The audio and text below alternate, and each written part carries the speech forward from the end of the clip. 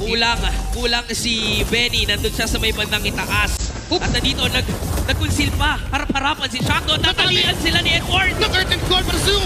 Meron pa rin textures na gagamitin. Masasetapan niya, pero mamamatay siya sa kamay ng Aurora. Ngayon si Yue low. Papasok na si Penny Cutie, Brave and Spider.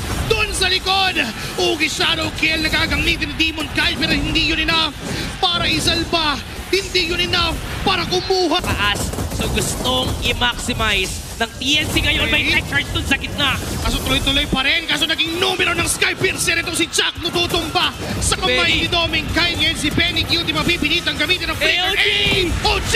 Pero may CC immunity. Kalahati na ang buhay dito ni Chuck Mamba. Kalahati na rin ang buhay ng Lord. Pero lalapakas na natalian. Natalian sila. Di matutuloy yung setup. Kaya naman yung Lord. Libre pa kukuha rin na side ng Aurora. Kaya mag-a-full pa sila. Hindi pa sila kontento. Unti-unti mapapagsakin ang mga buhay ng TNC. Pero nga lang, teka lang, bigla silang nalugi. Dahil dalawa, ang magiging kapalit ng Lord. Lance itutumba na rin. 2 for 2, pero akala nga. Especially ng mga damage dealers, lalong-lalo na si Doming Kite. 10-2-1 para dito sa laban na to. Sumisilip na si Light. Napakagandang setup na mga galing kay Yue. Sila paggamit ng Order of Brilliance para makatakas sa sitwasyon na yun. Pero mawawala yung pinag-armor ni Trimar.